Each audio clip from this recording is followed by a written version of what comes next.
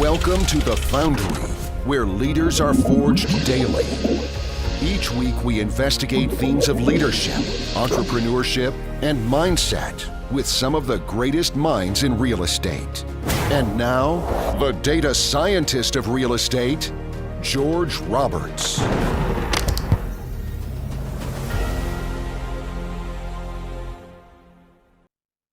Welcome back, entrepreneurs. Today, I have the pleasure of interviewing Chris Larson, founder and principal of Next Level Income. Chris has been investing and managing real estate for over 20 years.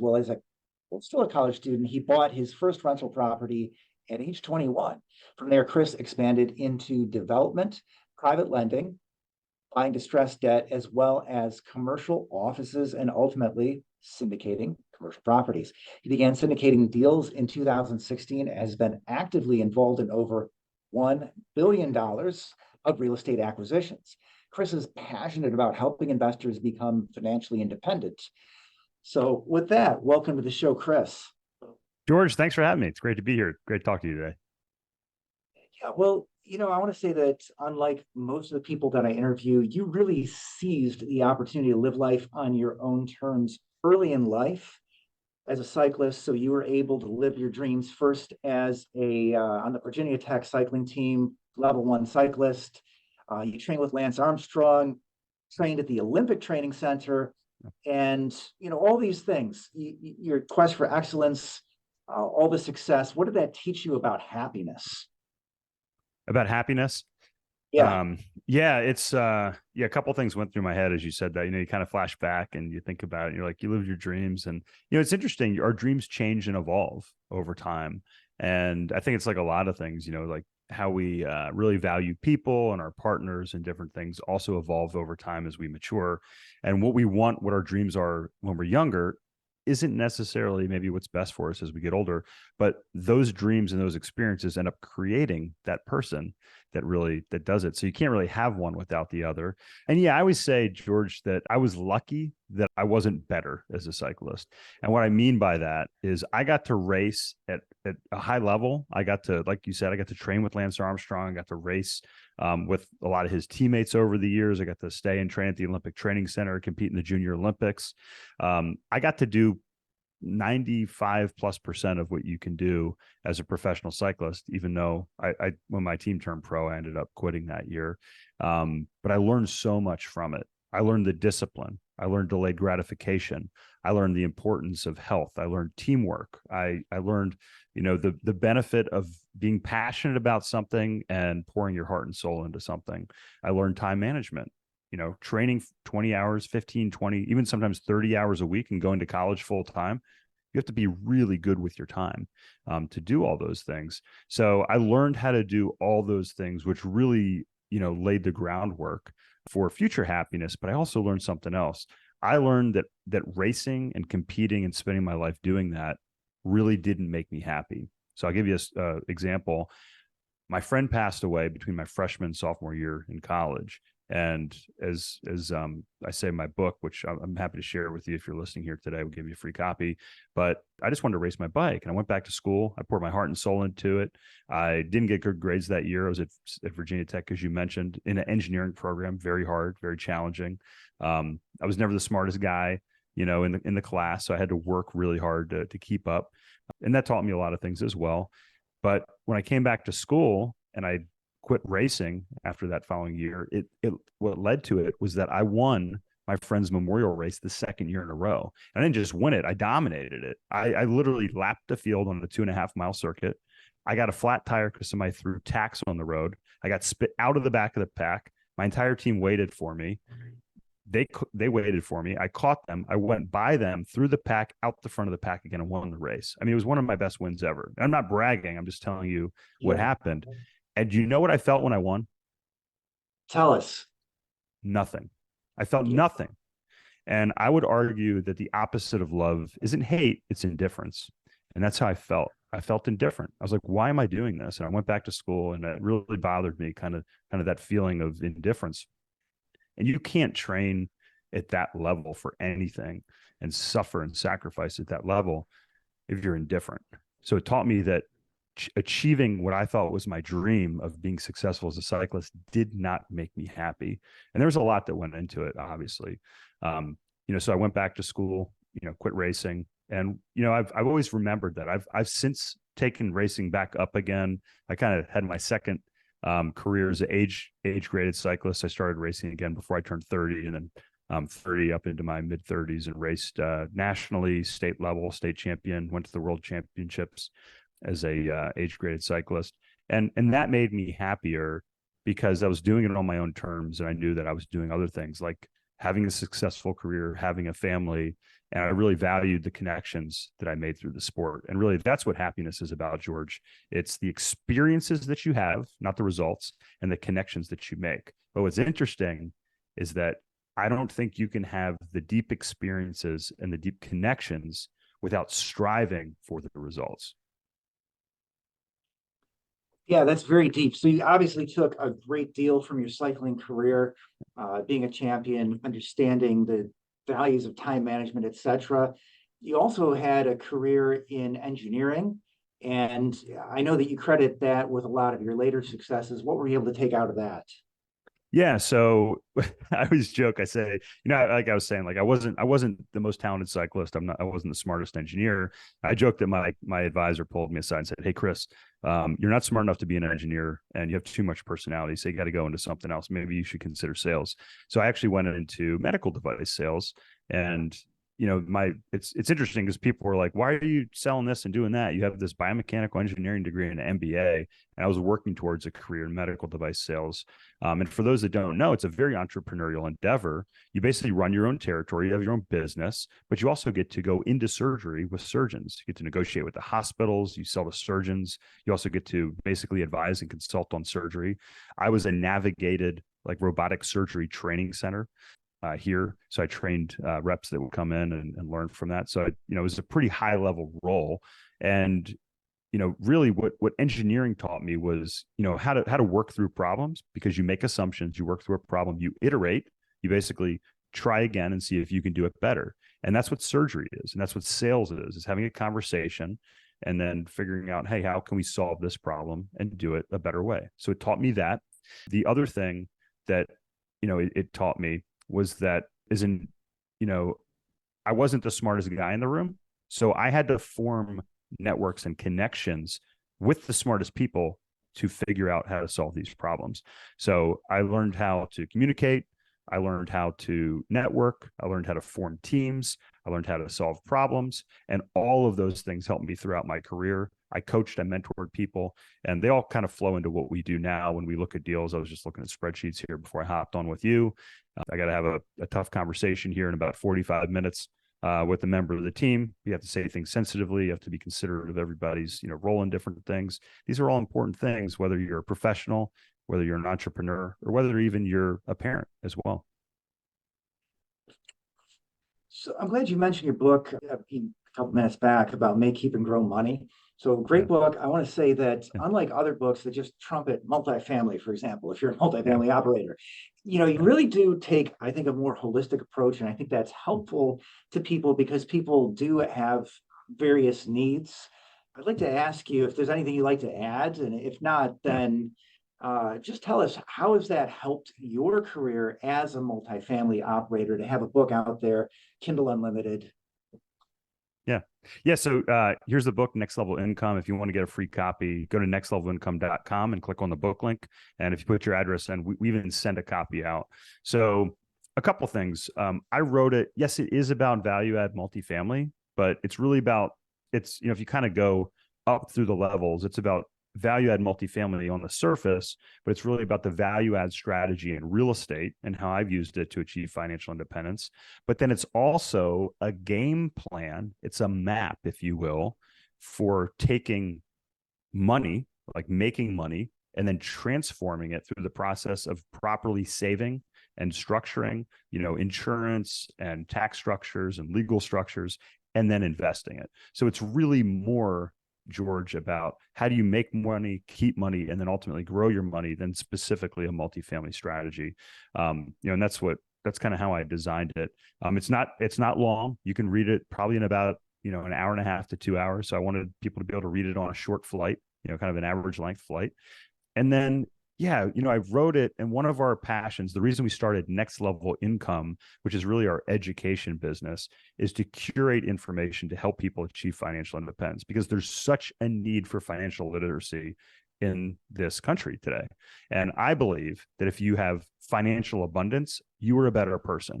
You can go do what you are meant to do, what you have, your God-given talents are meant to do, what the universe, conspires to help you do, is the Alchemist book that my wife gave me when we first started dating talks about.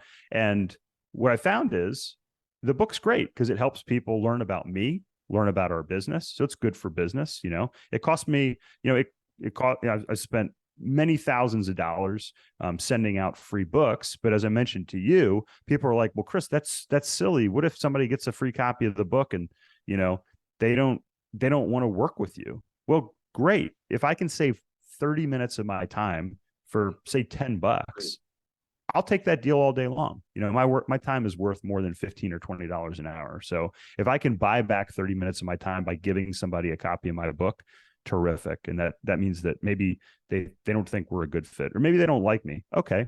But maybe they learn something from it and it helps them. And that's meaningful to me. And I've had a lot of people reach out and say, Chris, I learned this. I just had a coaching client reach out today. He's like, man, he goes, all the stuff we're doing, I negotiated this new role. He went from making about $150,000 a year to, at a minimum, he's going to make $217,000 a year this year. So that's really impactful for a young man who, is just getting started in his career, and he's working on a side business as well, from the same concepts that we teach in the book. And then, well, if somebody says, hey, I really like what you're doing, and we'd love to work with you as a client, well, then that's obviously going to be beneficial as well. So I think, whether somebody doesn't like what's in the book and doesn't reach out, that's a win. If somebody likes what's in the book, doesn't reach out, but benefits from it, that's a win. And hey, it's a real win if somebody reads it, learns about us, and then ends up becoming partners with us in some way, shape, or form. Yeah, absolutely huge to get your ideas down on paper too. I think it really helps you to figure out who you are, and becoming an author, the process thereof, I think is huge. I know, very unfortunately today we lost one of the great investors of the world, Charlie Munger. And he's big about that. He was always encouraging people, you got to, write down your investment thesis. He was reading all the time. His children described him as a book with arms. And yeah, it just kind of looked like a book with arms, didn't he? Maybe a little bit, but yeah, just really, I got to say, I already missed the guy. He had an amazing investment thesis. And I think that, obviously you put yourself in the top ranks by going out there, becoming an author. So I hope that our listeners that are thinking about going out and doing it, do it. Yes, it does cost money, not just to send it out, but at least the way I do it, you're going to need developmental editor, you get your own copy editor, etc. I mean, you really do have to get some professionals on board. Otherwise, it takes just 5-10 times as much time as it should take. Yeah. And George, I think there's a lot of benefit into getting your voice out there. If you're listening today, you probably have a valuable story, and that story can provide value to other people. It can encourage those people. It can provide comfort to those people. Sometimes, I think I remember I was dating a girl in college, and she made a comment about how lucky I was because I had this Honda Accord that I had taken out a loan from my grandfather to buy, and she thought I was just some rich kid, and she didn't know that my father passed away. She didn't know that we lived very frugally, and my grandmother was making my clothes, and we were on Social Security for a period of time, and it was we didn't. I wouldn't say we were poor, but we were for sure blue collar. And it's just funny when people look at you and say, like, you're lucky, and they don't realize some of the hardships that people go through. And it's those hardships, which I love. I loved it when I first learned about you, and the name and the thesis of your podcast.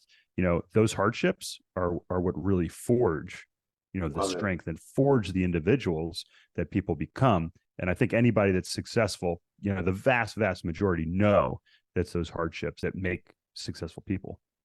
I love it. It's so true and so deep. I wish there was something I could add on to that, but we'll just have to move on because I think you said it perfectly. But one of the things I did want to move on to is your unique approach to investing.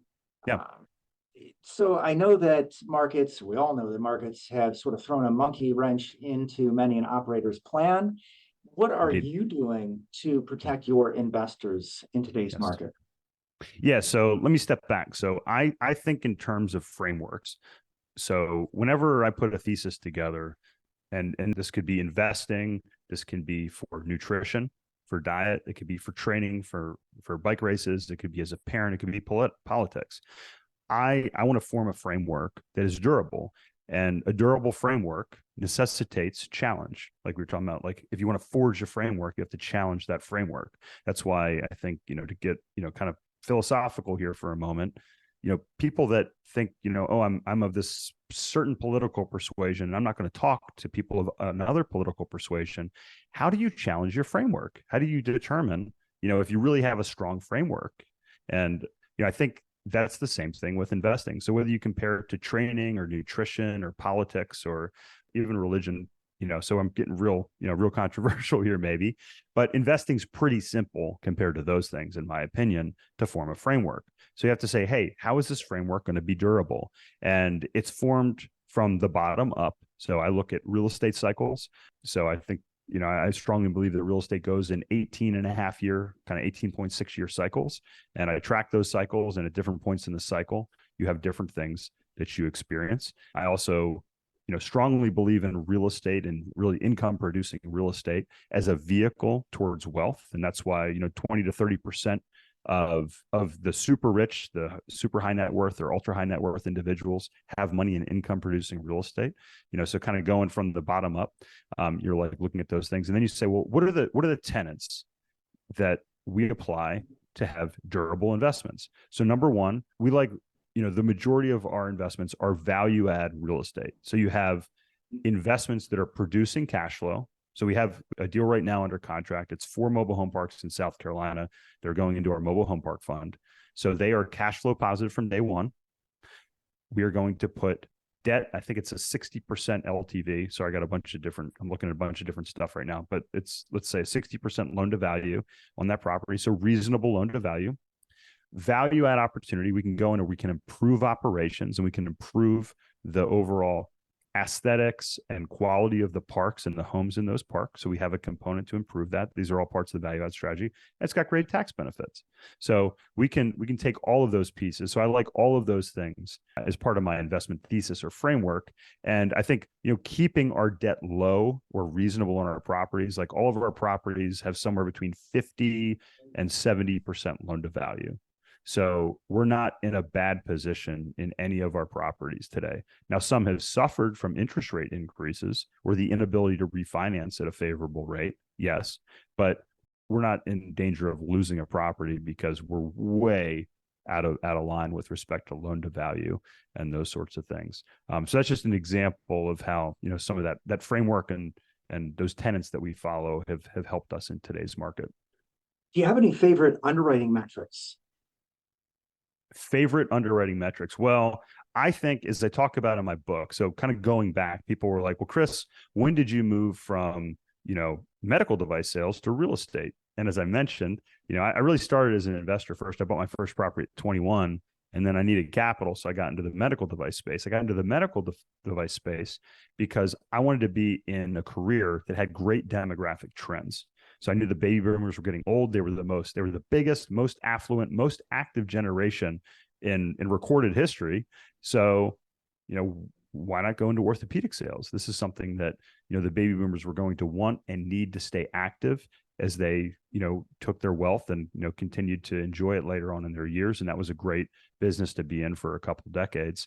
Demographics are the undergirder of everything I look at, George. So I want to be in a market that is growing, that has net in-migration, that has great business diversity, that has a strong business climate. All these things kind of flow, around and in and through, the demographic trends of an area. And then we can get really deep into, like kind of loan to value and, all different kind of metrics with respect on the financial side. But I think really that's the easy part.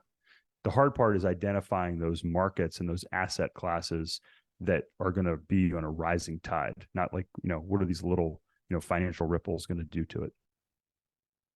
Yeah, that's huge. So I thought you might mention low break-even occupancy because I know that's something you've spoken about in the past. It's huge because when Yes. I look Yep. at properties and deals, and we all hear a lot through the grapevine. So many deals are getting into trouble. They might have 80 or 90% break-even occupancy. And I believe that your deals tend to have a much lower break-even occupancy.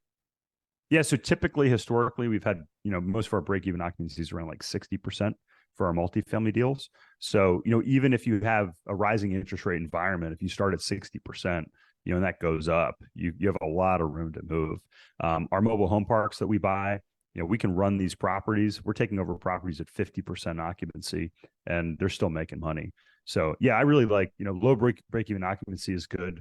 If you combine low break-even occupancy with reasonable debt, then you start off in a really strong position typically. Okay, so far, yeah, you mentioned the low debt, perfect, low break-even occupancy and demographic trends. So goes hand in hand with the demographic trends is your markets. So I know a lot of investors, operators, they'll say, hey, if the deal makes sense, I'll invest in the market, but I know you're very picky about your markets. Why don't you tell us why you're so selective and tell us how do you pick a market? Yes. So, well, it does depend. So if we're talking about a multifamily market, George, we're typically looking at a city or an MSA of 1 million or more that has positive net in-migration that's going to exceed the growth rate of the US in general. It's going to have significant economic diversity. So that means we don't have, one business or one specific industry that is taking up the majority of the employers in that area. So you want to see great, like let's give an example to put that into, to illustrate that. Houston, I was invested in a deal in Houston. I was just about to ask you. That's the one everybody thinks about. What do you think about when you think Houston, right? Oil. Well, and I can tell you 10 ruined. years ago, it was oil. And that was detrimental when, the hurricane came through and created some issues and then oil prices dropped. It was a real challenge. But now there's significant more diversity in Houston. You have tons of medical, you still have a lot of energy, which I think is a great industry to have. You have schools down there. So you have a lot of, again, that's where the pro business climate comes in. So, and we have a couple dozen metrics we look at for those things. But if we go to our car wash investments, it's going to be different. So we actually do use our demographic data because we have a membership driven model, and we know that the demographics correlate strongly to membership sales. But then we also layer on traffic counts of how they go by. So we have kind of a bimodal underwriting process where we run traffic counts as well as our multifamily underwriting through to look at that. And we can take a really small town with, not a lot of people and have a very successful car wash in that sort of market where we would not buy a multifamily property in that market.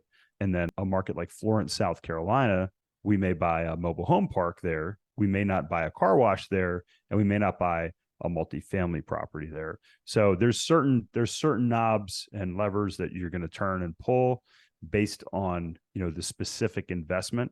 And that's where, you have to kind of decide, what you're going after. And then I do think, if you have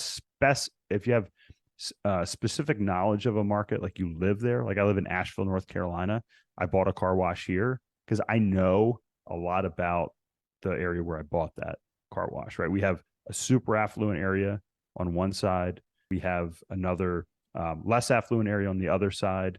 You have people that want to buy single washes for their cars that are coming through that maybe can't afford a monthly wash, but these affluent customers don't want their car touched. It's a touchless wash. So we added memberships there. So we kept both sides of the demographic equation there, because I kind of know that area because it's 2 miles down the road from me. Well, that's huge. You're already getting into some of the value add that you can do with the car wash. Yeah. But for those of us that may be more interested only in, say, multifamily, by the way, I also invest in car wash. Yeah. I think they're great. Give us a quick rundown. Why car washes? Yeah. So I talked about the 18.5-year real estate cycle, right, George? So we have different assets that perform better. I love multifamily. I love self-storage. I love mobile home parks. I think that, we need housing. We have a housing issue in this country. I want to supply housing to people. I think that's a great long-term demographic trend. But we've had really strong returns in the multifamily and self-storage market here in the past few years. And I don't expect the same returns going forward necessarily over the next 5 years. I think it's still going to be a great area to invest. But how do you get higher cash flows? And that's where I think you can look at operating real estate. Like car washes, like I would say mobile homes are kind of in there as well. Short-term rentals is another one. And then like senior housing, I would throw into that bucket too. But if you notice, like all of these things are really a business. You're really running a business in addition to owning the real estate. And you have to consider that as an investor. Do you want to have an operating company in addition to your real estate business? That's not necessarily for everybody, as you kind of pointed out. Absolutely. All right, outstanding. Thank you so much, Chris, for taking the time to share your knowledge and experience with our audience. This has been fun, George. Thank you so much for having me, and best of luck to you out there.